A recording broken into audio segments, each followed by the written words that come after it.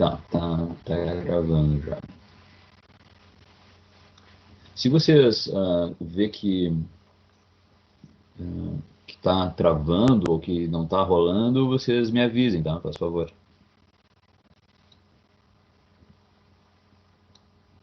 Vamos ver. Bom, Tá ok, professor?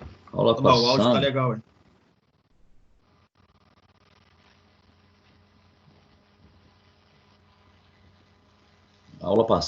a gente falou sobre desgaste de ferramenta, a gente viu os desgastes, né? Desgaste frontal, desgaste flanco, né? Desgaste de plateia. Então a gente tem, preciso de ponteiro aqui. Então a gente tem os desgastes de flanco, né? No flanco da ferramenta, que é o que mais acontece, né? O principal, né? E temos os desgastes de cratera também, que são os desgastes devido ao escoamento do cavaco, né? Na superfície de saída. Isso vai formando, por difusão, né? Por pressão, temperatura, há uma afinidade química aqui, e, e esse cavaco vai arrastando o material junto, né? Também tem a questão do gume postiço, né? Da aresta postiça de corte. A gente viu que tem os lascamentos, né? Deformações plásticas, trincas por variações térmicas, choques, né?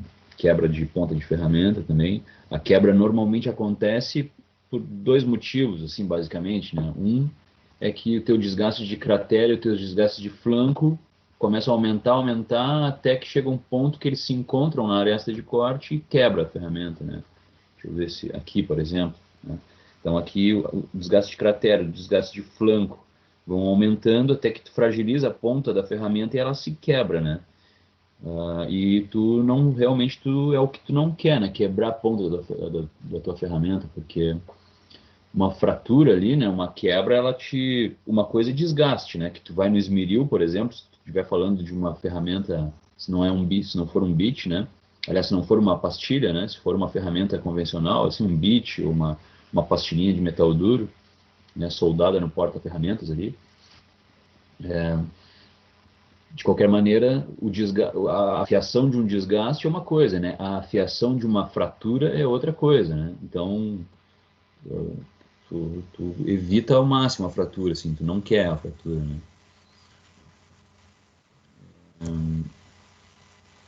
Uma afiação desse tipo aqui, né? Uma fratura desse tipo é algo que tu não deseja, né? Aí a gente tem a medição de desgaste, né? Medição de desgaste de fratura.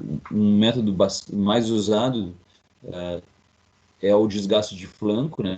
Tu vai medindo o desgaste de flanco, consegue medir ele através de um microscópio. Nem é microscópio, na verdade. Pode até ser, mas o ideal é uma lupa, né? Esse aqui é um aumento de 100 vezes, mas não precisa tanto. Esse aqui, por exemplo, é um aumento bem pequeno, talvez umas 10 vezes ou 15 vezes, né? É possível. Deixa eu ver se eu acho uma... Eu estava vendo um trabalho aqui.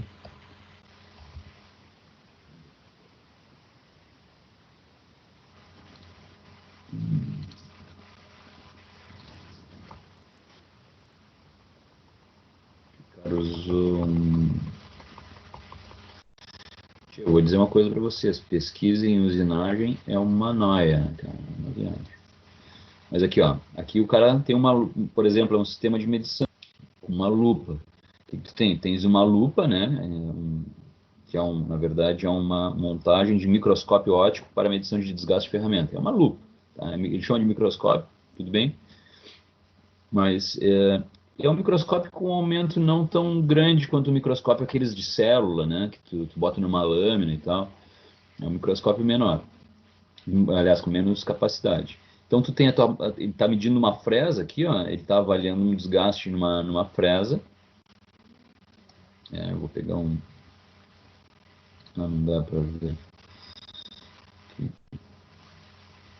Então ele montou aqui na base do microscópio, montou uma fresa com os gumes para cima, né, com o topo dela para cima. Aqui está a lente. Tu tem uma câmera aqui, né, ligado num computador. Então todo o que tu consegue enxergar pelo computador, então, né? E aí o computador tem um softwarezinho aqui com uma escala, né? Tipo um AutoCAD, assim, uma escalinha que tu consegue medir um ponto de um ponto ao outro, tu consegue determinar uma medida, né? Então é um sistema bem simples, assim, de medição. Tá? Não é difícil de conseguir isso aqui, tá? E existem outras formas também, né? Tu pode, inclusive, métodos bem grosseiros, assim, mas não é grosseiro o termo, mas, por exemplo, se tu pegar uma lupa manual, assim, né? Botar uma escala do lado e conseguir enxergar um desgaste e de alguma forma medir mais ou menos aquele desgaste, às vezes pode te ajudar já, né? Então, é isso aí.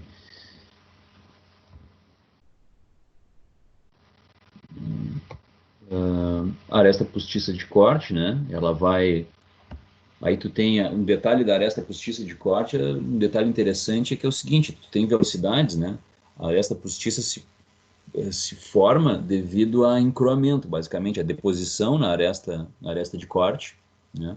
Vai se depositando material por adesão, né? Por caldeamento, vai se depositando material na superfície da ferramenta, na superfície de saída ali, próximo ao gume, né? Vai se depositando e na medida que as pressões vão aumentando, aquele material vai encruando, né? E vai endurecendo. Então, aquela aresta postiça, ela está, na verdade, cortando o material, fazendo as vezes da aresta de corte. E, e quando esse material é arrancado, ele leva junto um pedaço da ferramenta, né? Um pedaço da ferramenta vai junto. Pode até não ser muito, pode ser pequenos, pequeníssimos pedaços de ferramenta, mas na medida que outro gume postiço se cola e arranca de novo, outro se cola, arranca, então tu vai ter um desgaste prematuro da tua ferramenta, né? E esse aqui é um desgaste, um desgaste típico de aresta postiça de corte, quando a tua aresta de corte é arrancada, né, na direção do flanco. Então aqui tu tem a direção do teu movimento de corte, tá? Para baixo aqui, e ela forma um ângulo bem acentuado aqui com a direção do teu movimento de corte, né? Enquanto um desgaste de flanco convencional, ele forma um desgaste praticamente paralelo ou próximo, né, de ser paralelo, né? Então tu bota no microscópio e tu vê algo desse tipo aqui, tu já sabe que tu tá tendo problemas de gume postiço, né? Então tu tem faixas de velocidade de corte que acontecem isso. Esse gráfico estava mostrando isso, né? Tem onde tu tem desgaste de superfície de folga, né? Então tu tem um desgaste da tua ferramenta. Então tem um desgaste muito grande em faixas de velocidade de corte. E, e, um, e um pouco acima dessa faixa crítica de velocidade de corte, tu tem um ponto que não está bem menos o nível de desgaste, né? Está bem menor. Isso porque, claro, tu aumenta a velocidade de corte, aumenta a temperatura, né? Sobe a temperatura daquela porção de material que, em vez de estar estar trabalhando a frio, né? Na zona abaixo da temperatura de recristalização, a gente aumenta a temperatura, aumenta a velocidade de corte, aumenta a temperatura de corte, e isso sobe acima da temperatura de recristalização. Então não há um encruamento. Se tu está trabalhando a quente, né? Não há encruamento. Então, se não há encruamento, tu acaba tendo menos problemas de desgaste por aresta postiça de corte. Tá? Então, se tu tá vendo que tem aresta postiça de corte, está formando, aumenta a velocidade de corte, né? Para tentar aumentar a temperatura e se livrar desse problema. Aí falamos dos mecanismos, né, que acontece, formação, né? Bom, então os desgastes de ferramentas, então, levam a uma que a gente chama de vida de ferramenta. Não tem vida, não tem de operação dessa ferramenta, né? E a gente precisa conhecer ou prever esses tempos essa vida da tua ferramenta, por diversos motivos, né? Primeiro, tu quer evitar a quebra da tua ferramenta, porque se tu quebrar a tua ferramenta, a tua afiação fica comprometida, né? Tu quer evitar o desgaste também da tua ferramenta, tu quer controlar o desgaste evitar o desgaste, tu não vai evitar, tu vai controlar ele, tu vai prever ele, né?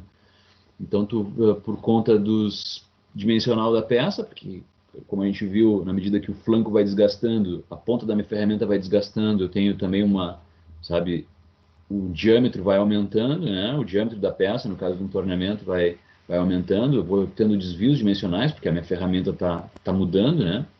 Está variando de tamanho, né? Aumentos de temperatura de corte, pode aumentar excessivamente a temperatura de corte. Tá? Então, claro, tem uma geometria totalmente descontrolada, né? Forças de usinagem aumentando, né? Daqui a pouco a tua máquina, se for uma máquina que tem alguma limitação, a tua força de corte aumenta e tu começa a ter problema com a máquina, né? Vibração, por exemplo, a máquina começa a não conseguir cortar, enfim. Deficiência de acabamento, né? Deficiência de acabamento superficial, também tu começa a notar. E que tu não quer, né? Afinal de contas, tu espera, dentro de uma usinagem de acabamento, tu espera uma determinada superfície, né? Inclusive, isso vai estar, pode ou não, mas isso pode estar especificado em projeto, né? A qualidade da tua superfície, a tua qualidade, a tua rugosidade, né? Formação de rebarbas também, né?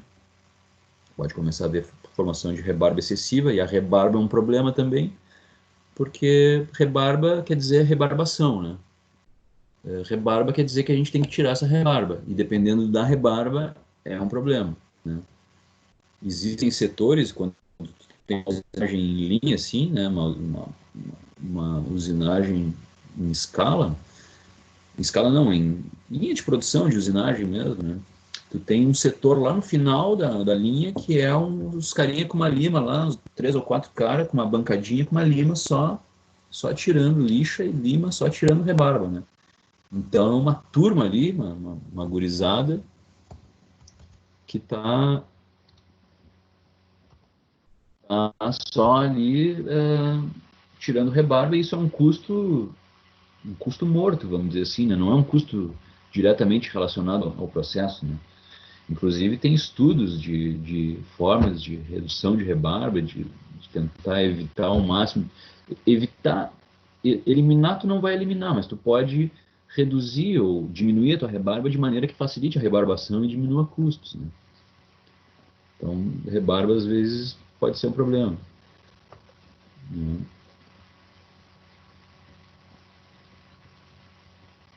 Então, o desgaste de flanco, o desgaste frontal ou de flanco é o principal, né? É o que a gente é o mais usado. Também tem critérios de final de vida de ferramenta que utilizam o desgaste de cratera, né? Ou os dois juntos, né? O desgaste de flanco, o desgaste de cratera. Mas o desgaste de flanco é o mais assim usual dentro das medições, né, de desgaste. E considerando ferramentas de metal duro, assim, né? Para usinagens de desbaste, né? A gente tem um VB, que é o nosso desgaste de flanco, né? Ele varia aqui de 0,8 a 1,5, né? Como critério de final de vida da ferramenta, né? E o final de vida não quer dizer que eu vá jogar minha ferramenta fora, é entre afiações, né? É o critério entre afiações, tá?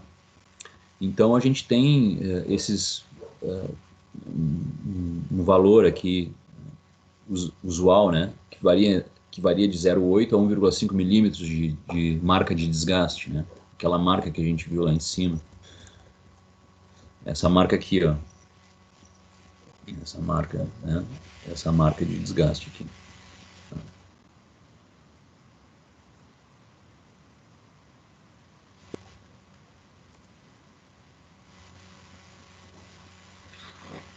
Então a gente estabelece. E para acabamento, claro, isso aqui é para desbaste, né? Então, desbaste a gente não está preocupado muito com a nossa. Com a superfície final da peça e nem com o dimensional, né? Então a gente quer o desbaste quer remover material o máximo possível e chegar o mais rápido possível próximo às dimensões finais, né? E aí, quando a gente está falando em acabamento, aí as tolerâncias, né, os limites aí de VB máximo já ficam entre 0,2 e 0,3, né, milímetros. Então já, claro, porque se eu tenho um desgaste de flanco, eu vou ter problemas de dimensional e problemas de qualidade de superfície, né? Então eu tenho que ter um critério mais rigoroso de análise de desgaste, né? Ou de limite de desgaste. Né? Então esse é um critério de final de vida que a gente chama, né?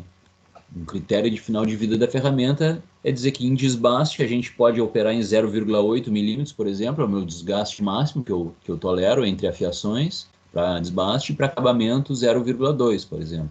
Né? Esse é um critério de final de vida. Outros critérios pode ser volume de material removido, né? Bom, a cada tanto volume de material que eu remover, eu vou afiar minha ferramenta, né? O número de peças usinadas também, a cada tantas peças eu vou afiar minha ferramenta, né? Ou rugosidade, na medida que eu verifico que a minha rugosidade não está mais me atendendo, eu troco a minha ferramenta também. São outros métodos de... Só que isso já é mais... já é um pouco mais difícil de determinar exatamente, né? Por exemplo, rugosidade superficial. A gente está falando ali como é que tu vai ver, né? Tu tem que estar com o operador, tem que ser um cara muito treinado, já tem que conhecer aquela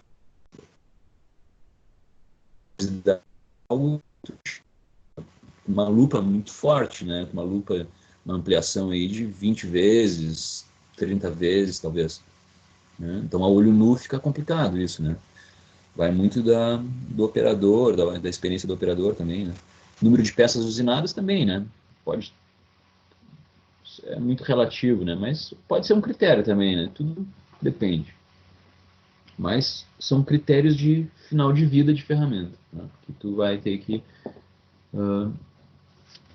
que afiar. E o que significa afiar? Por que isso é tão importante, né? O critério de final de vida ou a vida da ferramenta, né? Porque simplesmente tu vai ter que parar a tua operação, tirar a tua ferramenta de corte, né? Onde ela está setada, zerada, né? Onde tu já tem todos as referências de posição da tua ferramenta estão ali, né? Então tu vai ter que tirar ela e levar no esmeril, levar na afiação, afiar, verificar a afiação, né? Voltar, colocar na tua máquina, zerar ela, voltar para uma posição de referência, né? Que a gente chama de zerar a ferramenta, e aí continuar a produção. Então, tu tem um baita de um tempo perdido. Né? Então, isso é muito... inclusive, é um critério fundamental para custo de usinagem. Né? É o tempo de vida de ferramenta. Aqui tem algumas imagens, né, de evolução de uma aresta de uma pastilha, né? Aqui ela está nova, então ela vai começando a aparecer um desgaste de flanco, né? Vai evoluindo, né? Enfim, até que ela chega num VB máximo aqui, num desgaste máximo aqui, determinado pelo critério da empresa, né? Do planejamento de usinagem. Então essa é uma evolução do desgaste de flanco.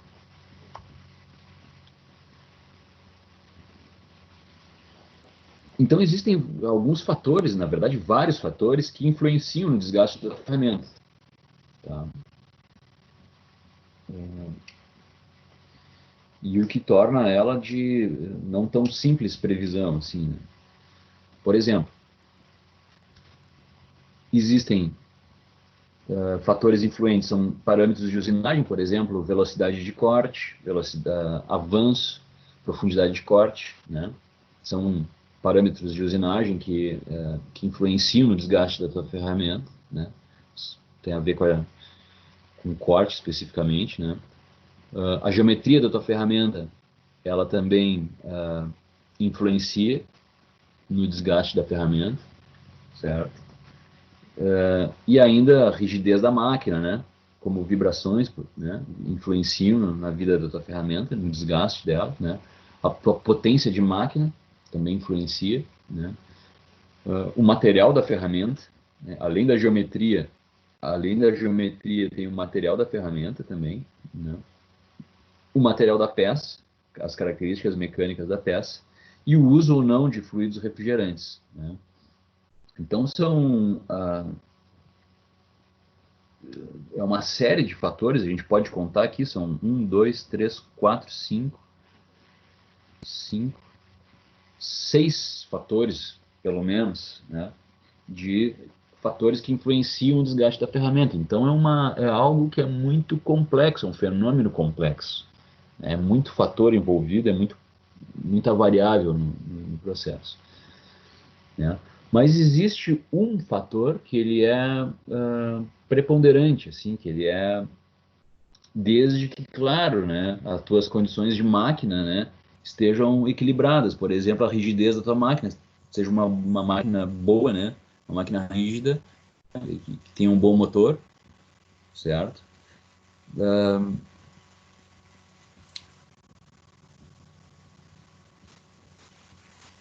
Exato, por aí. Então, tu tem, desde que a tua máquina esteja em condições, em boas condições, tá? E que a tua ferramenta esteja numa boa fiação, enfim.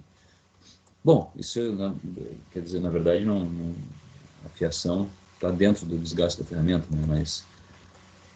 Mas a velocidade de corte, eu quero dizer que a velocidade de corte é o parâmetro que mais influencia no desgaste da ferramenta, né? Desde que as outras coisas, né, os outros parâmetros, os outros fatores estejam relativamente controlados, né? Ou dentro de condições boas ou aceitáveis, né? Então a velocidade de corte é o que mais influencia, né?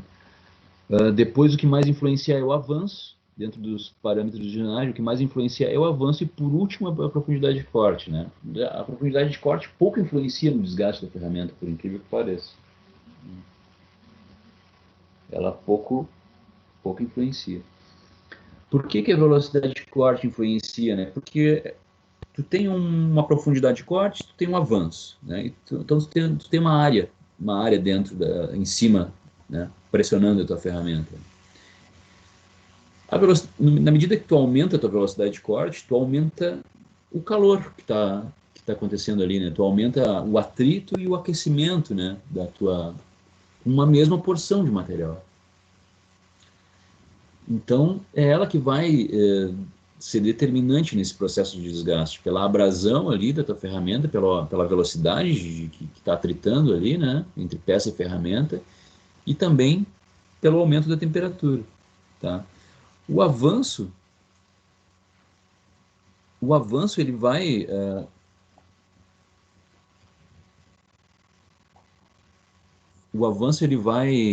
influenciar, porém é o seguinte, claro, quando tu aumenta o teu avanço, tu aumenta também o calor, porque tu está aumentando a quantidade de material removido, enfim, mas ao mesmo tempo que tu faz isso, tu aumenta a área de contato, a área de dissipação térmica.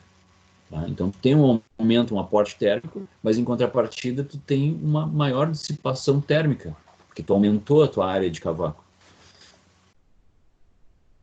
Então, o escoamento de temperatura é melhor também. Na velocidade de corte, não. Tu tá aumentando, a área continua a mesma, a área de cavaco continua a mesma, tu aumenta a velocidade de corte, então só aumenta a temperatura, né? Se tu aumentar o avanço, vai aumentar a temperatura também, só que tu tem uma melhor dissipação térmica, tá?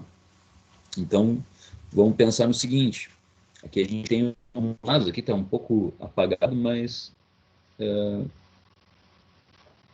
isso tem um livro que eu peguei ali, que vocês têm também, que é o Diniz, tá? E ele faz o seguinte, ó, ele pega e fixa uma velocidade de corte de 300 metros por minuto, ele está usinando um material 4340, um aço 4340, com ferramenta de metal duro, classe P35. Então, ele fixou a velocidade de corte, né, e variou o avanço. Experimentou um valor de avanço, outro avanço. E aí ele chegou na vida da ferramenta, né? E esse M aqui é em metros, né? Uma vida em metros, em percurso. Ele, isso é uma forma também que tu pode determinar a tua vida, percurso de ferramenta, quanto comprimento de corte ela retirou. Tá? Então ele chega numa conclusão seguinte, ó, que pouco altera o avanço e, na verdade, com a mesma velocidade de corte, tu aumenta o avanço e a tua vida da tua ferramenta aumenta também, né? Quer dizer, tu aumentou a tua área de corte, tu aumentou o teu avanço, né? Só que a tua vida aumentou. A vida de ferramenta aumentou justamente porque houve ali uma condição de dissipação térmica melhor que favoreceu a questão da abrasão, né? Principalmente ferramentas de metal duro, né? Ferramentas de metal duro, elas têm problemas de usinagem a quente, né? Elas desgastam muito rápido com temperaturas críticas de trabalho. Tá? Só que se tu fixar o avanço, então ele pegou aqui, nesse caso, nesses três avanços, né, de 0,2, pegou um avanço médio aqui que tinha testado antes, de 0,2 e variou a velocidade de corte de 250, 300, 350. E olha a vida da ferramenta, o quanto variou, né? A diferença que deu só de 50 em 50. Então ele tem 2.600 metros de comprimento de corte, né, que ele conseguiu cortar. Variando 50 metros por minuto, ele diminuiu quase 1.000, né? E variando mais 50, ele seguiu diminuindo quase 1.000. Né? Então é muito mais sensível o desgaste da ferramenta com a velocidade de corte em relação ao avanço. Né? E a profundidade de corte menos ainda. Então, então a velocidade de corte é o grande fator determinante para isso. Tá? Geometria também, basicamente a geometria da ferramenta, de maneira bem resumida, ela cria condições, tu cria condições para uma maior rigidez, assim, para uma maior rigidez da tua cunha de corte e para uma melhor dissipação térmica. Então, quanto maior for a tua cunha de corte, mais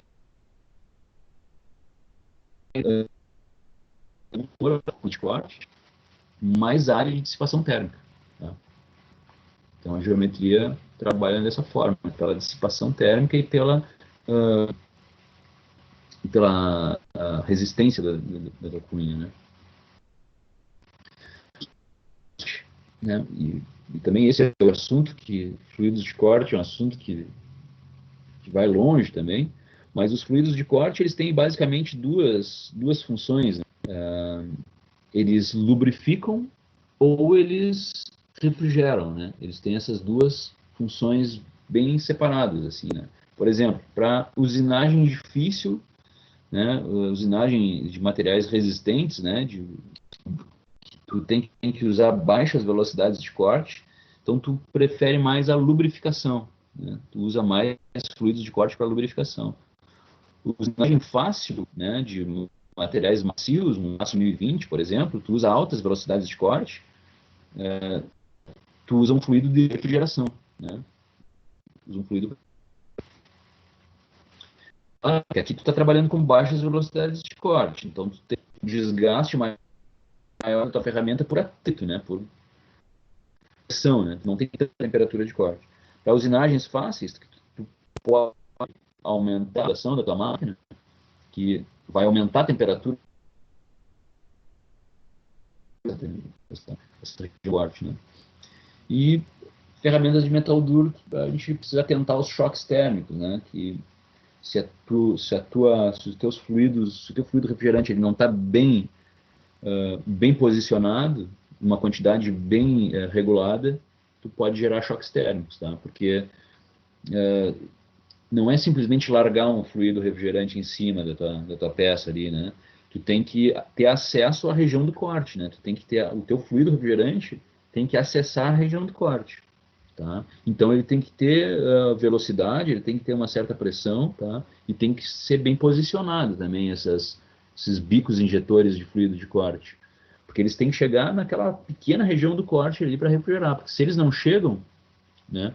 Quando tu para o corte, o teu fluido, a tua peça, tua ferramenta está quente e tu joga fluido gelado ali, aí entra a questão das trincas térmicas, né? os choques térmicos. Tá? Então, fluidos de corte são um assunto bastante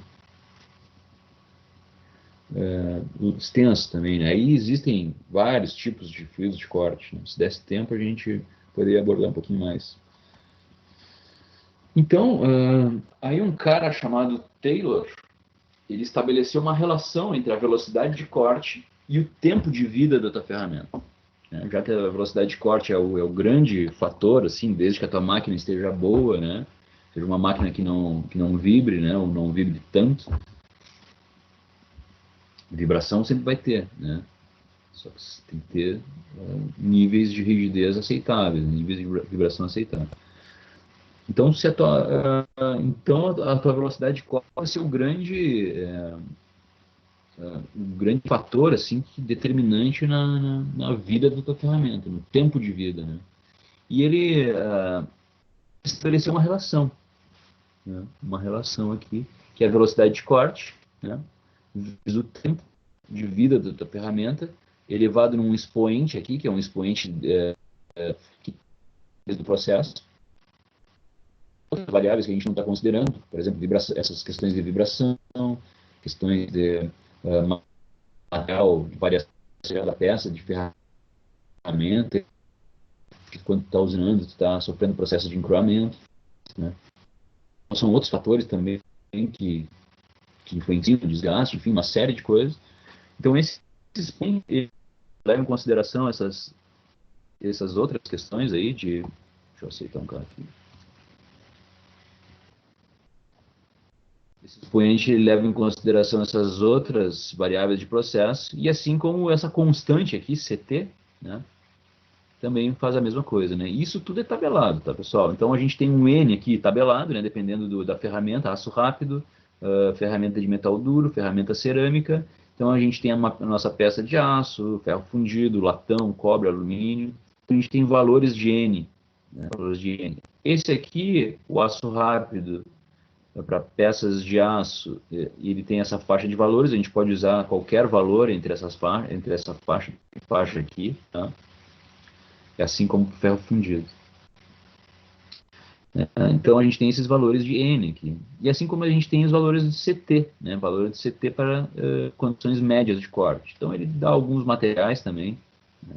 Sugere alguns materiais, assim, como molibdênio, níquel, cromo, né? Aços inox, enfim. Então ele te dá algumas relações dessa constante aqui, né? Que são constantes experimentais, né? Definidas em laboratório. Então a gente tem essas algumas relações aqui. É possível fazer outras relações também, tá, pessoal? Em bibliografia a gente consegue encontrar essas coisas. Tá? Mas basicamente quando aparece para nós esses valores constantes, expoentes, assim, né, uns esquisitos, pode ter certeza que está em tabela isso, tá? A gente consegue na bibliografia. Então o Taylor consegue estabelecer essa relação entre velocidade de corte e tempo de vida de ferramenta. Então se eu tenho os meus materiais, né, que eu estou cozinhando e é da minha ferramenta, né, eu consigo determinar quanto tempo a minha ferramenta vai durar. Tá falhando bastante teu áudio, Jordano. Numa determinada velocidade. Tá, então eu vou fazer um esquema.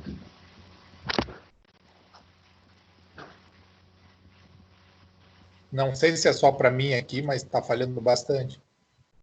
Só um pouquinho. Pô, tinha sumido pra mim a imagem aqui, mas agora voltou. Pra mim também tava falhando.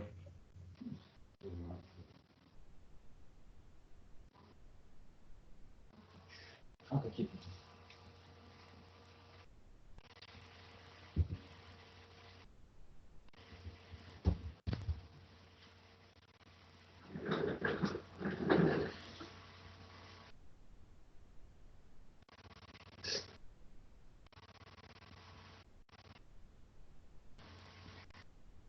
Usar a internet no meu celular, que é melhor.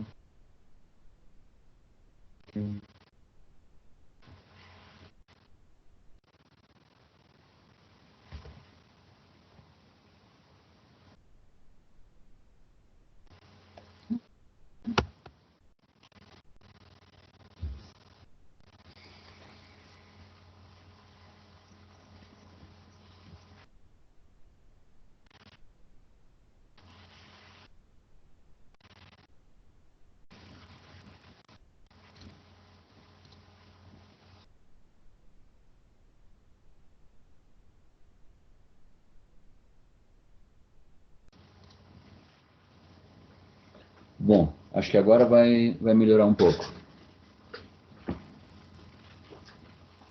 Estão me ouvindo bem? Sim. Beleza. Então vamos seguir. Parece que melhorou. Se você tiver alguma dúvida, só parar e perguntar. Então a gente tem essa equação aqui que relaciona a velocidade de corte e o tempo de vida da minha ferramenta. Tá? Bom, se a gente definir aqui, ó, a gente vai encontrar algumas curvas de vida aqui, então, né? Vamos pensar no seguinte, se a gente definir um desgaste de ferramenta de 0,8, que a gente viu aquela hora, um critério de final de vida, né, de desgaste de flanco de 0,8, tá? Então a gente tem aqui, para uma velocidade de corte de 180 metros por minuto, a gente tem essa curva aqui de desenvolvimento do desgaste, tá?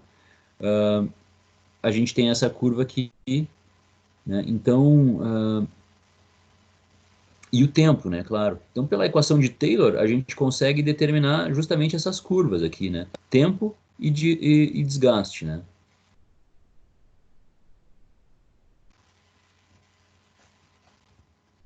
Desgaste. Não, minto. Perdão. Isso aqui isso aqui é por visualização mesmo, é teste, tá?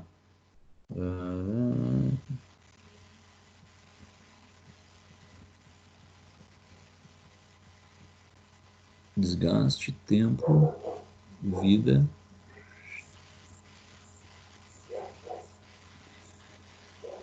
É isso aí. Então, isso aqui é por teste de... Tu consegue determinar isso aqui por testes de laboratório. Então, tu pega a tua ferramenta e vai analisando. E aí, testes de ferramenta, eles são extremamente onerosos, porque tu precisa de muitas amostras de ferramenta, né? Vários testes para te verificar. Por exemplo, eu deixei a minha ferramenta usinando em determinadas condições de corte 10 minutos, né? 10 minutos e analisei meu desgaste, por uma velocidade de corte 180, por exemplo, né? Depois peguei uma ferramenta nova, né? Só que a mesma ferramenta, só que nova, deixei 20 minutos. E assim eu fiz para várias ferramentas, né? Várias vezes eu fiz nessas condições. E assim sucessivamente. Fui variando as velocidades de corte e estabeleci um desgaste até 0,8. Então eu estabeleço curvas, tá? Curvas de corte. E assim como a gente tem também essa curva aqui, a gente consegue estabelecer, a partir desses gráficos aqui, a gente consegue estabelecer essa curva aqui, né? Que aí sim é aquela curva de Taylor. Então o Taylor, ele trabalha com essa curva aqui, né?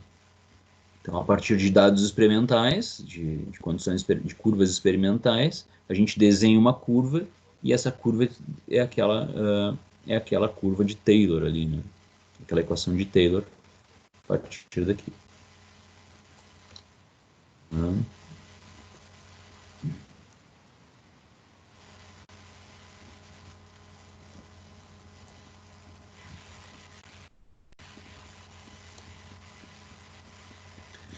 Então vamos fazer um exemplo aqui, né? Deixa eu pegar um software.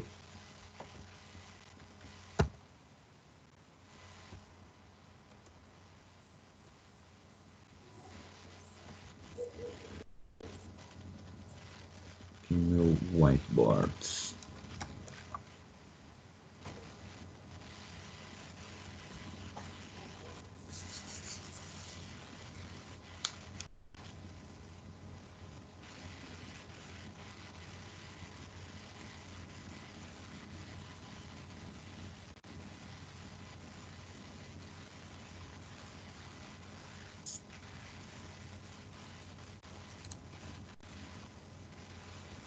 Então, o que a gente vai fazer? A gente, através da equação de Taylor, tá? A gente quer determinar qual é a velocidade de corte recomendada para usinar uma peça de aço 1020, tá?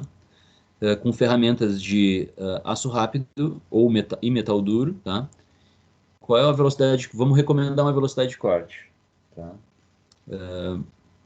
considerar o tempo de vida da ferramenta de 60 minutos.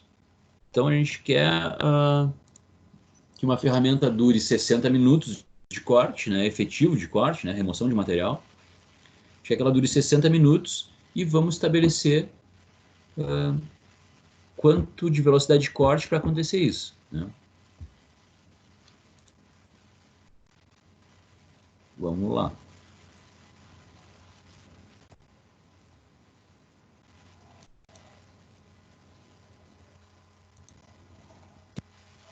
Para a tela.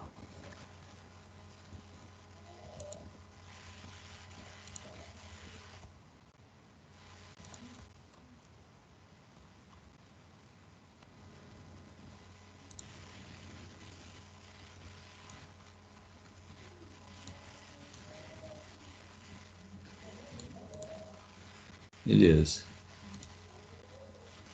Então vamos lá. Então a gente tem a equação de Taylor, que eu vou levar para lá também.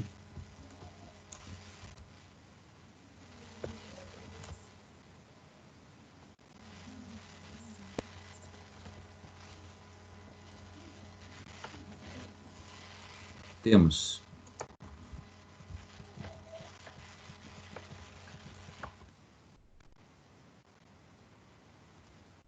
duas tabelas aqui.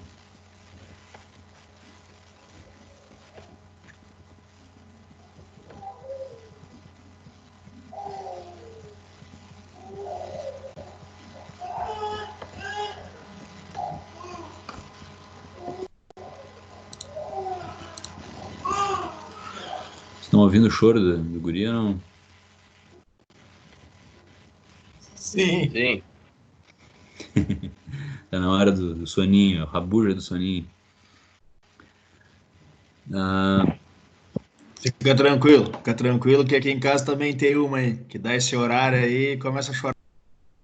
O meu tá do mesmo jeito. Então tá. A gente quer determinar o que é mesmo a velocidade de corte.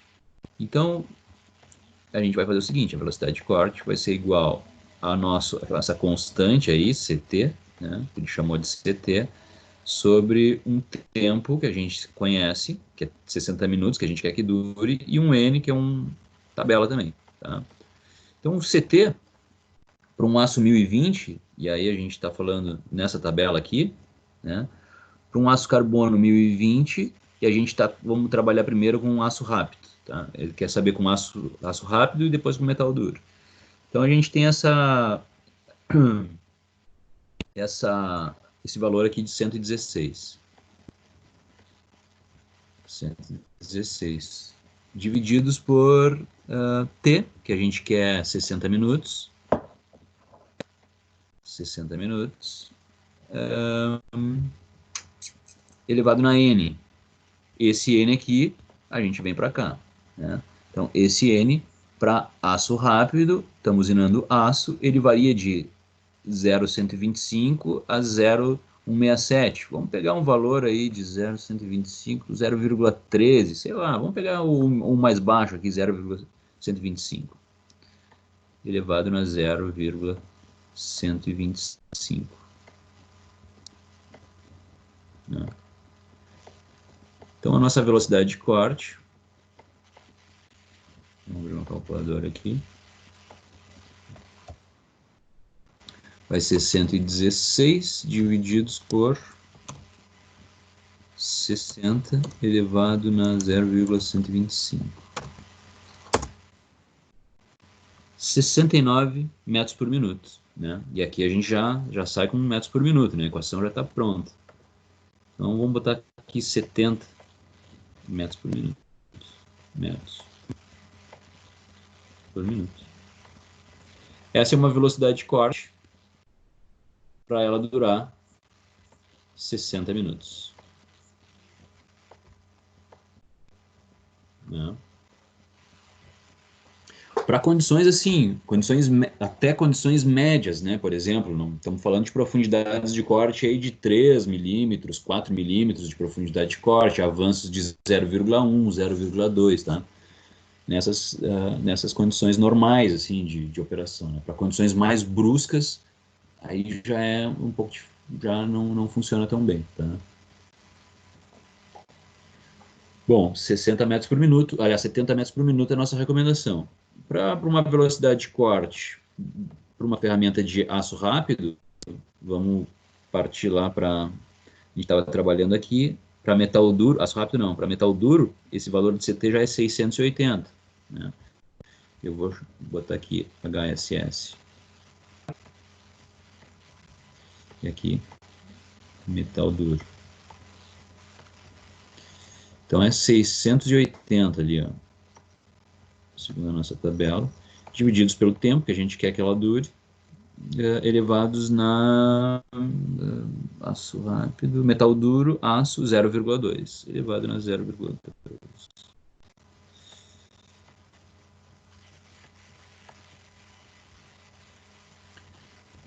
Isso vai dar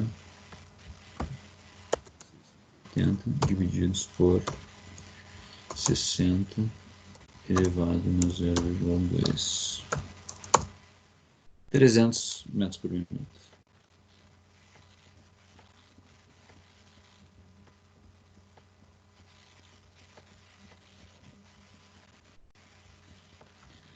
Por uma vida de 60 minutos.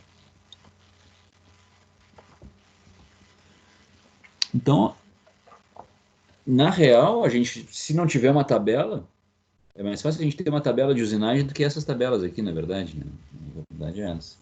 Mas, bom, é um caminho, tá? É um caminho que a gente tem aí.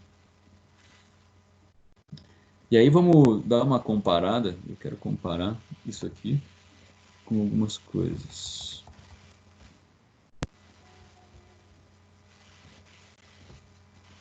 Aqui, ó.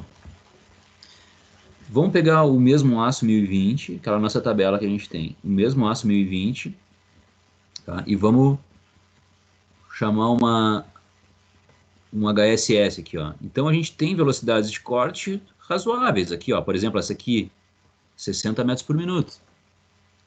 Tá? A gente achou lá 70 metros por minuto. Está dentro, para um tempo de vida de 60 minutos. Tá? Para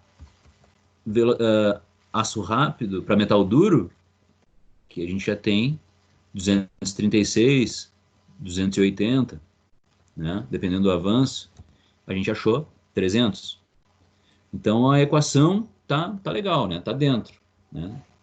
Considerando 60 minutos. Mas agora, se a gente analisar essa tabela aqui, ó, olha só o que diz aqui nesses detalhes, aqui, ó, os detalhes onde mora o diabo, né?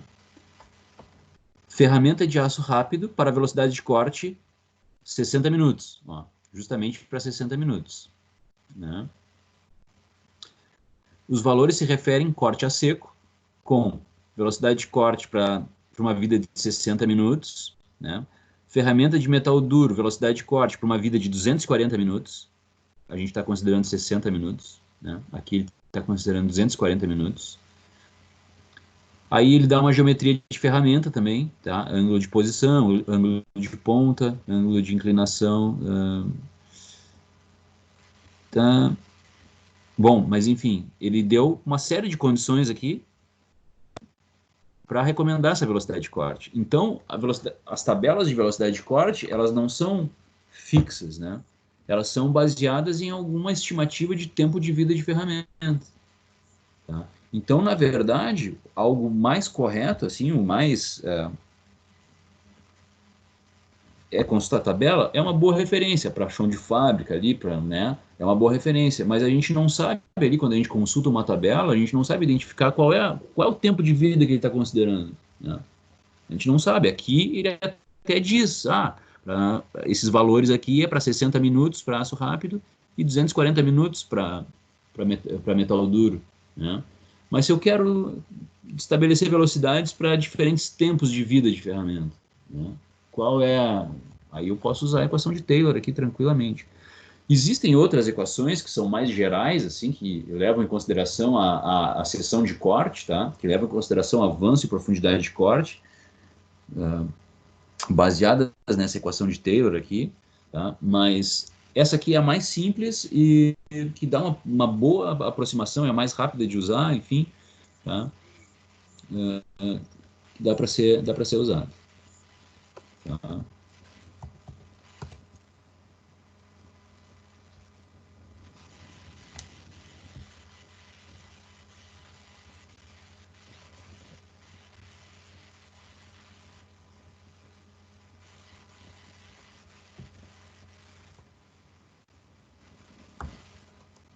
Vamos lá. Então tá. Fizemos um exercício aí. Então, beleza, né? Só que aí tá. Sabemos então definir o tempo de vida da nossa ferramenta, né? Ótimo, né? Conseguimos saber, mas o quanto tempo, né? Quanto tempo a gente quer que dure essa ferramenta? Né? Essa é a pergunta, né? Quanto tempo de vida a gente quer que dure essa ferramenta? Sabemos definir quanto tempo ela dura, mas quanto tempo a gente quer que ela dure? Essa é a pergunta. E aí entra num ponto que eu acho bem interessante, que é determinar os tempos de usinagem, né? Que é determinar os tempos de máxima produção dentro da usinagem. Tá? E aí existem duas análises que tu faz, né? Uma é em relação ao tempo de produção de uma peça, né? E a outra em relação aliás, é o custo de produção de uma peça e o outro é relativo ao custo de operação o custo um é o custo da peça, né, de produção de uma peça, e o outro é o custo baseado no tempo, né, de execução dela, e o outro é o custo operacional disso, é o custo de máquina, de operadores, de custo fábrica, vamos dizer assim. Tá? Mas beleza, vamos indo aos poucos. Vai ser que a gente vai conseguir entender isso aí. Então vamos ciclos e tempos de usinagem, né? Vamos definir alguns tempos que a gente considera na usinagem, né? Porque esses tempos a gente vem calculando, né? O tempo de corte. Lembra? Eu peço para vocês lá qual é o tempo que vai qual o tempo de corte para fazer um torneamento lá, enfim, determinado torneamento. Esse é um dos tempos. Tá? Tá aqui o tempo de corte, né? Mas existem outros vários tempos que a gente não estava levando em conta, né? A gente não tinha discutido. Tinha comentado alguma coisa, mas não tinha aprofundado, né? Então, como é que é um processo, né, de torneamento? Vamos pensar sempre no torneamento, que é a nossa base, né? Primeiro, colocação e fixação de peça, tá? São as fases, né, do tempo de produção de um lote de peças, né? Que é a colocação e fixação de peças, né? Aproximação e posicionamento da nossa ferramenta, o tempo efetivo de corte, né? O corte mesmo, né? Afastamento da ferramenta, inspeção e retirada da peça. Então, esses são os tempos que a gente tem aí. Então, a gente pega uma peça em bruto, coloca na máquina, aperta a peça, né? Posiciona a ferramenta, aproximação e posição da ferramenta para começar o corte. Isso leva um tempo também, né? A gente tem o nosso tempo efetivo de corte, de remoção de material. A gente tem os tempos, tu chega num determinado comprimento, né? Tu afasta a ferramenta de corte, ou quando tu termina a tua usinagem, né? Tu afasta a tua ferramenta, né? Teus afastamentos, né? de ferramenta. E os teus tempos de inspeção e retirada da peça. Então, tu vai ali, inspeciona se está na medida, se tem uma rugosidade suficiente e retira a tua peça, né? Então, tu tem esses tempos. Ainda tu tem o tempo de preparo de máquina, né? O tempo de isso para um lote de peças, né? O tempo de preparo de máquina, remoção da ferramenta para substituição. Então, quando tu tem que remover peças para substituição, e a recolocação e ajustagem da nova ferramenta, é aquilo que a gente estava falando, né? Então, se tu tem, por exemplo, perder o fio, né? Então tu tem que fazer o quê? Tu tem que remover a tua ferramenta da peça e levar para a fiação, né? E assim como tu tem que recolocar essa ferramenta, tu tem que reposicionar toda ela, ajustar toda ela na máquina de novo, né? Tudo isso é tempo correndo, tá? Então, olha, nós temos uma série de outros tempos, né? Desmembramos tempos que o nosso tempo de corte, efetivo de corte, é só um, né? É só um, em relação a vários outros que a gente tem. Então, o que a gente tem aqui, né? Então, o nosso tempo total por peça, e aí a gente pensa para fazer uma peça, tá? Que a gente vai conseguir chegar nisso, né? Que é o seguinte, né? Tempo total de usinagem de uma peça. Então, a gente tem o tempo de corte, né? Tempo de corte, que é o tempo de corte, né? Fase 3, esse cara aqui, né? A gente tem o tempo de corte. A gente tem um tempo secundário, chamado tempo TS, tempo secundário, que a gente chama de fases na fase 1 e 5, ou seja, é a colocação e fixação de peças e inspeção e retirada de peça. Basicamente é tirar e colocar a peça, tá? São os tempos secundários. Tempo de aproximação e afastamento é o TA, né? Tá aqui, TA. Tempo de aproximação e afastamento, que são as fases 2 e 4, que é aproximação e posicionamento da ferramenta, afastamento da ferramenta. Né?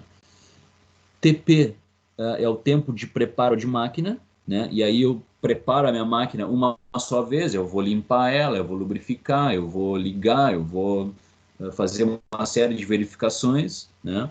Então é o tempo de preparo de máquina, e esse vai ter que ser dividido pelo número de peças, porque tu faz uma vez só, né? Tu faz no início da usinagem, né? Antes de começar o processo. Porque se tu tem um lote de peças para fazer, tu prepara a tua máquina, né? Preparou a tua máquina. A máquina preparada, aí é só trocar a peça, colocar uma peça, um material em bruto e tirar a peça pronta. Colocar em material em bruto e tirar a peça pronta. Tu não faz. Tu não para limpeza, lubrificação, inspeção, manutenção, né? Não faz isso. Então, tempo de preparo de máquina dividido pelo lote, pelo número de peças, né, que tu tem para tua encomenda, por exemplo. Né? Eu tenho 1000 peças para fazer.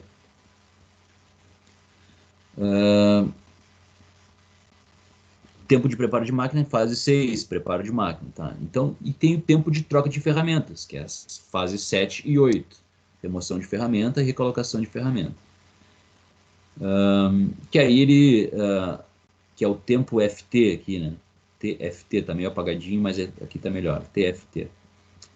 Então ele é baseado no número de trocas de ferramentas para a usinagem do lote. Isso aqui é quantas ferramentas tu vai trocar, quantas vezes tu vai trocar a tua ferramenta em relação ao número de peças que tu tem. Né?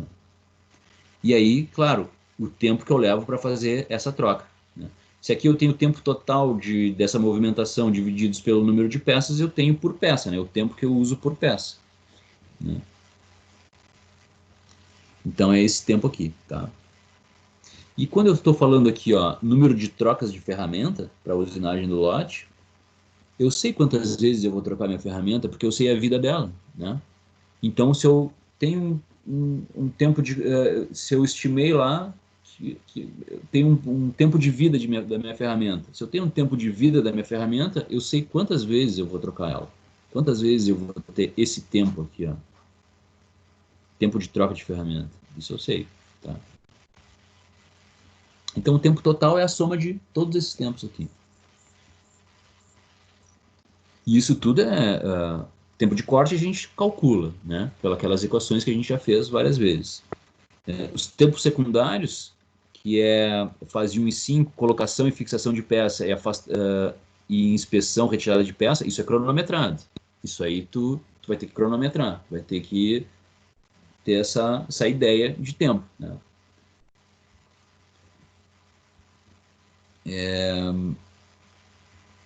Tempo de aproximação e afastamento também. Isso na ferramenta, né? Já é na movimentação da ferramenta. Isso também tu vai ter que ter estimado ou, na verdade, tu teria que ter cronometrado isso, né? Tempo de preparo de máquina, TP também, tu tem que ter tu estima um tempo de preparo de máquina ou cronometra, né? Tempo de troca de ferramenta também, faz a mesma, cronômetro, né? Mas vamos indo. E aí tu vai fazendo algumas substituições aqui, né? Por exemplo, tu vai fazendo algumas vai ajeitando a equação, vamos dizer assim. Eu vou fazer isso para resumir resumir a coisa aqui, tá? Vai fazendo alguns ajustes na tua equação, uma matemática simples, assim, de substituições, substitui daqui, substitui dali, e aí tu chega em 3 tempos, assim, básicos, né? Parcelas de tempo, né? Tu chega nesse TC, que é um tempo de corte, né? TC é o tempo de corte, que diminui com a velocidade de corte, né? É o tempo efetivo que tu tem de remoção de material, né? E esse varia com a velocidade de corte. Né? É o teu tempo de corte. Esses outros tempos aqui, que ele chama de T1, ele reuniu todos esses entre parênteses aqui, ele chamou de T1, ele chama de tempo improdutivo, refere-se à colocação, inspeção e retirada de peça, aproximação e afastamento da ferramenta, substituição e preparo da máquina, substituição da ferramenta, preparo da máquina, enfim, todos aqueles tempos improdutivos lá, né? Ele reuniu um tempo 1. E o tempo 2, ele se refere ao tempo de afiações, né? O tempo de troca de ferramenta, ou de desgaste da ferramenta, né? Então, tu tem um tempo de corte, né, de remoção efetiva de material, tu tem um tempo improdutivo, que são os tempos que tu não está cortando material, tu só está perdendo, não está perdendo tempo, são tempos que existem, que tem que existir, mas é que tu não está efetivamente cortando, né? E os tempos que tu está trabalhando com a questão do desgaste da tua ferramenta, né? Então, ele separou nesses 3 tempos aqui, que estão aqui, né? Ele só realocou essas condições. Aí, o tempo de corte, né? Aquele nosso a primeira parcela do tempo de corte lá está relacionado com aquelas equações que a gente já vem calculando, né? Calcula a velocidade de avanço, a distância, não sei o que. A gente tem o tempo de corte que a gente tem, né? Aqui, por esse equacionamento aqui, né? Mantivemos aqueles tempos mortos lá, ou tempos sem remoção de material, né? E aí pegamos esse outro tempo aqui, o tempo 2, que está relacionado ao desgaste da ferramenta, e aí a gente consegue relacionar com a equação de Taylor, né? Aquela equação do tempo de vida da ferramenta, que a gente está falando aqui em trocas de ferramenta, né? A gente consegue relacionar com isso. Então, essas 3 parcelas se transformaram dessa forma, tá?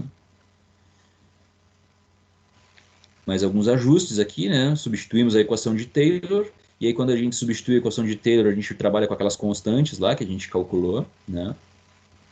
E temos essa baita equação aqui, que é o somatório dos tempos. O que acontece então, né? Então nós temos o tempo total, o tempo de corte, mais o tempo morto e mais o tempo entre afiações, vamos dizer assim, tá? Relativo ao desgaste de ferramenta, tá? Temos as parcelas da equação ali. Então, o que a gente tem? O tempo 1, esse tempo aqui, é uma constante, né? Esses tempos mortos aqui, e quando a gente divide pelo número de peças, isso aqui é por peça, né? É o tempo de aproximação e afastamento da ferramenta, é o tempo de colocação da matéria-prima e retirada da peça, né? É os tempos de preparo de máquina, né? Então, isso aqui é um tempo por peça. A gente sempre vai fazer, tá falando aqui desse tempo total, tempo por peça, que é o tempo de produção por peça, né? Em minutos. Então, isso aqui, o tempo 1 é uma constante, né? Ele é fixo. E por que os outros são variáveis? São variáveis porque depende da nossa velocidade de corte, né? Depende da velocidade de corte. Tempos variáveis. Então, ou seja, o meu tempo de corte, se a gente quer o TC, esse aqui, ó, se eu tenho uma velocidade de corte baixa, o meu tempo de corte é alto. Na medida que eu vou aumentando a minha velocidade de corte, concorda que eu vou reduzindo o meu tempo de produção da peça. Eu estou aumentando a minha velocidade, eu estou reduzindo o meu tempo de peça, de produção, tá? Mas se eu estou aumentando a minha velocidade de corte, e aqui eu vou para o T2, se eu estou aumentando a minha velocidade de corte, eu estou aumentando minhas trocas de ferramenta também, meus períodos de afiação, né? Então eu vou aumentando.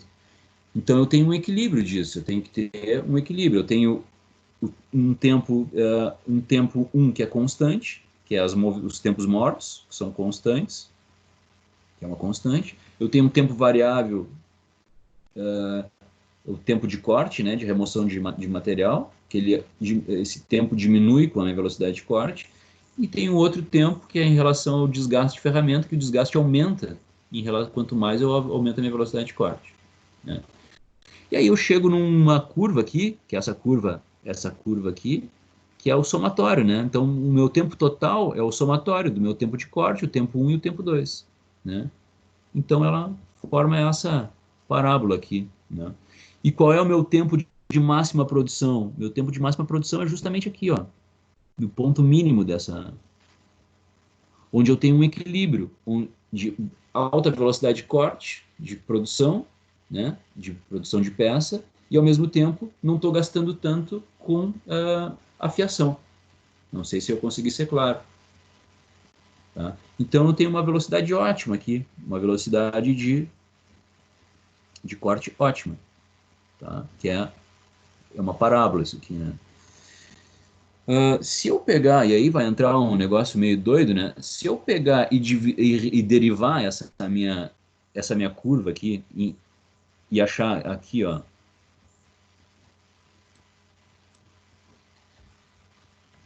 a derivada dessa minha curva no ponto máximo, ela é igual a zero, né? Lá do cálculo, né?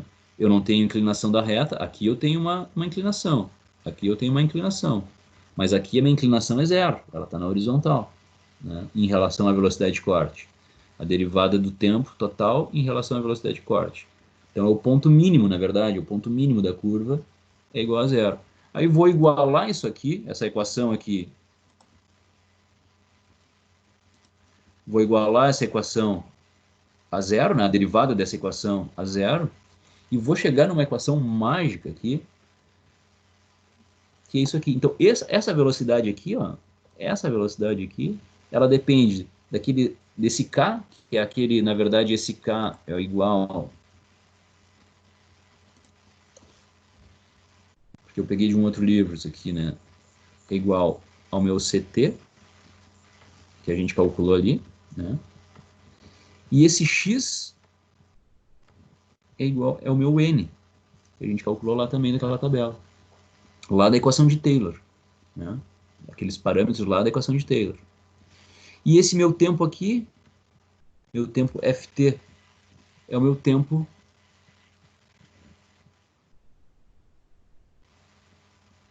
de troca de ferramentas. Esses tempos aqui, quanto tempo eu levo para me trocar uma ferramenta? Esse cara aqui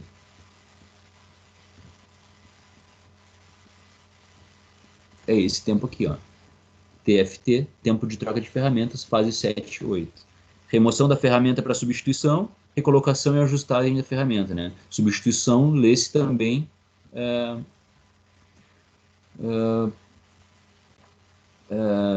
afiação.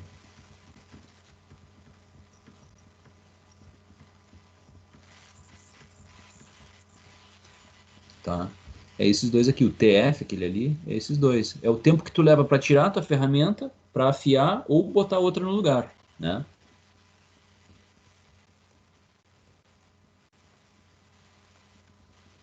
E aí tu consegue também estimar um tempo de vida ótimo também, né? Então, com essa simples equação aqui, isso aqui tudo é tabela, né? Isso aqui é tabela, isso aqui é tabela, isso aqui a gente tem que saber, a gente tem como, prever, né? Isso tem que estar bem ajustado, esse tempo de troca de ferramenta, né? A gente consegue determinar a nossa velocidade de corte de máxima produção. Velocidade de corte, máxima produção. Que é essa guria aqui, né? Que ela não é... Ela é rápida, ela está no equilíbrio entre a velocidade de corte de produção, né, de peça, mas também está no equilíbrio aí Não, porque é aquilo, né? Não adianta eu aumentar muito a velocidade de corte, se eu aumentar muito a minha velocidade de corte, eu tenho aqui, ó, esse tempo 2 aqui vai me ferrar, né? É o tempo de troca de ferramenta, entre afiações, né? Se eu diminuir muito, não vamos trocar tanto, mas aí eu tenho uma velocidade de corte baixa, né? Eu não estou produzindo. Então eu tenho um equilíbrio disso, que é esse ponto aqui, que é dado por essa equação. Bem simples. Então, a gente com 2, 3 tabelinhas aí, consegue determinar essa melhor velocidade de corte de máxima produção. Além dessa velocidade ótima de produção, né? A gente está falando de tempo de produção por peça, né? Velocidade ótima para isso. A gente tem uma velocidade ótima também para o custo de produção. Então são duas coisas, né? Então eu tenho outra velocidade ótima que é relacionada ao custo de produção, que é o custo de produção por peça, que é dado pelo custo de produção por peça é dado por essas três parcelas aqui, né? O KUS é custo de mão de obra de usinagem, né? O KUF é custo de ferramentas, depreciação, troca, fiação, etc., né? Basicamente relacionado a custos dessas ferramentas, tá? Dinheiro, né? Não em tempo, né? Dinheiro. E QM, que é o custo máquina, que é a depreciação da máquina, o custo de manutenção da máquina, o espaço que ela ocupa na tua fábrica, a energia que ela consome, enfim. São esses custos relacionados a que não estão diretamente relacionados ao processo, tá? Ao corte especificamente, tá? Mas que são custos de produção, né? Então tu tem uma velocidade ótima para isso, afinal de contas tu tá gastando ferramenta, né? Tu tem que estar comprando ferramenta, tu tem mão de obra, né? Tu tem custos de mão de obra, tempos de mão de obra, né? E tu tem custo máquina, que é a depreciação da máquina, a manutenção dela, tudo gera manutenção, ela ocupa um espaço, ela consome uma energia, né? Então existe uma velocidade ótima que equilibra todo esse negócio aí, tá? E aí a gente vai entrar naqueles cálculos de depreciação, cálculos de homem-hora, que não vou entrar aqui e vocês vão entender por quê. Isso é bem fácil de estudar, tá? Nos livros de usinagem tem isso bem detalhado, tá? Mas eu não vou aprofundar aqui, tá? O que eu vou... A conclusão que eu vou chegar vai ser a seguinte, ó. É nessa equação aqui. Essa equação aqui. Que eu tenho uma constante 1, que é essa constante relativa a SH e SM, custo homem-hora e custo máquina, que eu tenho meu custo de operacional, custo máquina e custo homem-hora, tá? Que eu vou chamar de C1, custo 1. Esse cara aqui, que é o meu custo de corte, que está relacionado ao meu tempo de corte, que é as minhas ferramentas. Esse cara aqui, na verdade, eu não me lembro. KOS com custo máquina, depreciação de máquina, manutenção, espaço ocupado, energia consumida, tá? É essa parcela aqui, é o custo 2, tá? Que tem a ver com o meu tempo de corte, afinal de contas eu estou consumindo energia, né? E o meu custo 3 é esse relacionado às ferramentas. KUF, que é custo de ferramentas, tá?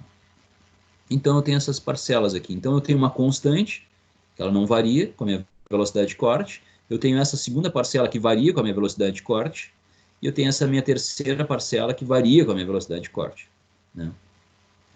Aí eu vou substituir, fazer algumas substituições aqui, como eu fiz lá no outro. E vou chegar numa velocidade ótima aqui, né? Uma velocidade de produção ótima, na mesma lógica, né?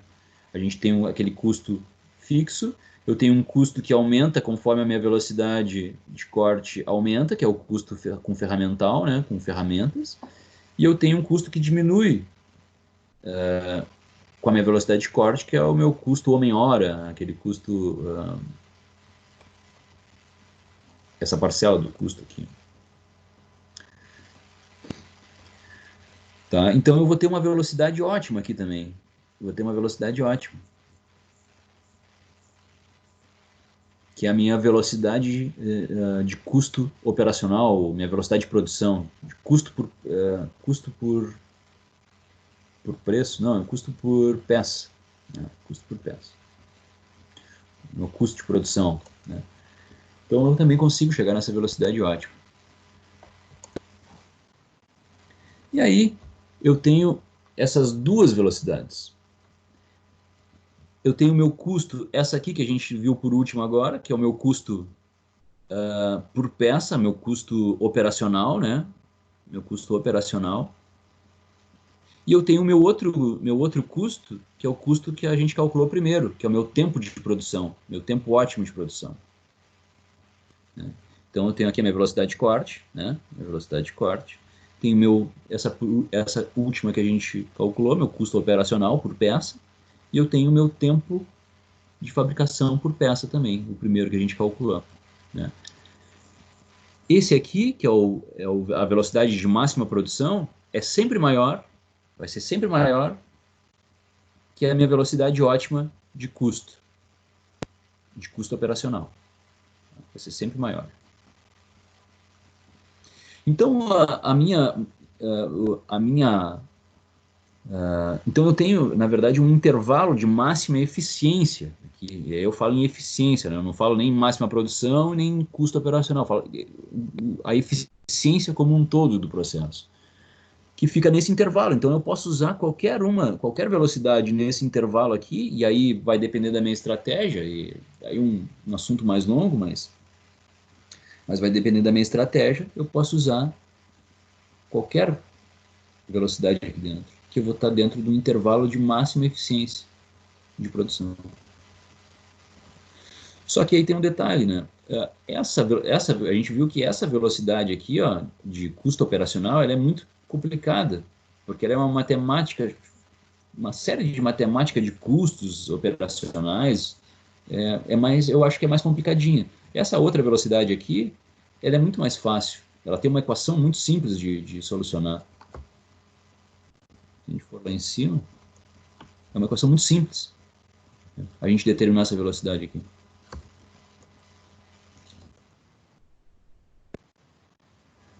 Então, o que a gente tem? Se a gente pegar e conseguir determinar essa velocidade, o que a gente faz? A gente simplesmente trabalha um pouco abaixo dessa velocidade. Se a gente trabalhar nela ou acima dela, a gente está perdendo. Acima dela, nós estamos perdendo. Né? Nela, a gente pode estar arriscando, né, exatamente na velocidade que a gente achou, a gente pode estar arriscando a sair fora. Mas se a gente trabalhar ligeiramente abaixo, a gente está dentro com certeza, sem dúvida, nós vamos estar dentro de um intervalo de máxima eficiência. Porque essa velocidade aqui, de máxima produção, né, é sempre maior, sempre vai ser maior do que essa velocidade de custo operacional. Né? Então, se a gente consegue essa velocidade através daquela equação simples, a gente baixa um pouquinho essa velocidade e está trabalhando dentro do intervalo de máxima eficiência. Tá?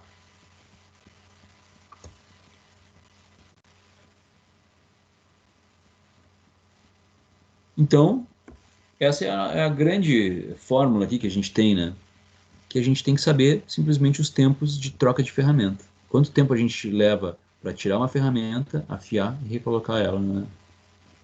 E claro, tem que ter estabelecer alguns tempos também, né? Mas isso aqui, a gente pode tentar fazer um exercício disso aqui. Mas deu para entender que a gente falou? Isso aqui, pessoal, tá nos livros, assim, dá para trabalhar com isso aqui bem tranquilo, tá? Não sei se ficou muito confuso ou se a gente conseguiu passar, vocês conseguiram entender o que eu estava falando aqui? Se ficou alguma dúvida? Alguma colocação?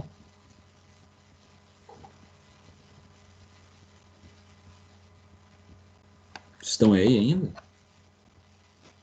Não, então aí, professor. É meio complexo, né? Meio cheio de detalhezinho, né? É cheio de Mas, detalhes. mas acredito que...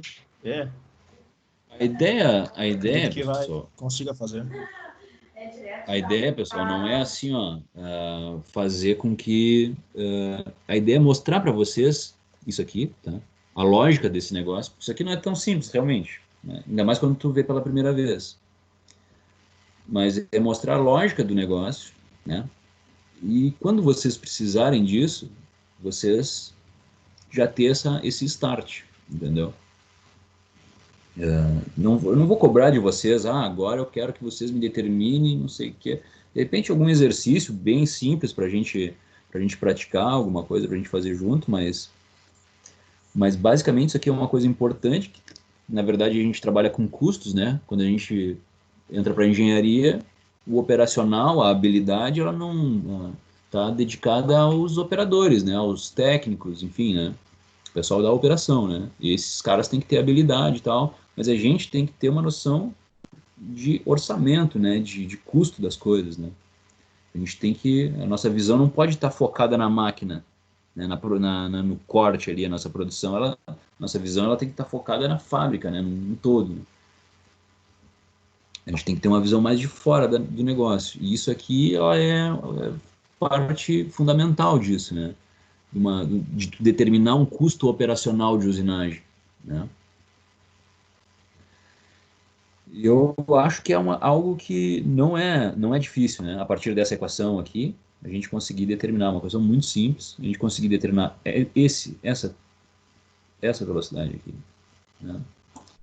E aí trabalhar com ela ligeiramente abaixo aqui, né? Ligeiramente abaixo, para ficar dentro do intervalo de máxima eficiência.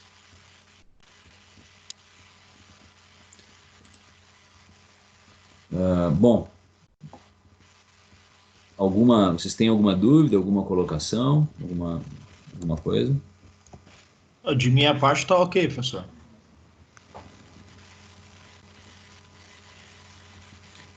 E aí, Cristiano, tu que é um cara que mais curioso aí na usinagem. O Cristiano nem tá aí mais, já foi embora, já me abandonou. Então tá, vamos tentar fazer um exercício aí disso, tentar buscar um exercício disso e pra gente dar uma trabalhada nessa. E aí, aula que a partir de agora a gente já começa a entrar. Eu tenho que falar um pouquinho para você sobre geometria não definida, tá? Que é rebolos, basicamente, retificação, tá? Para a gente ter uma ideia. E depois a gente tem que partir para as programações CNC, tá? Vou parar a gravação aqui.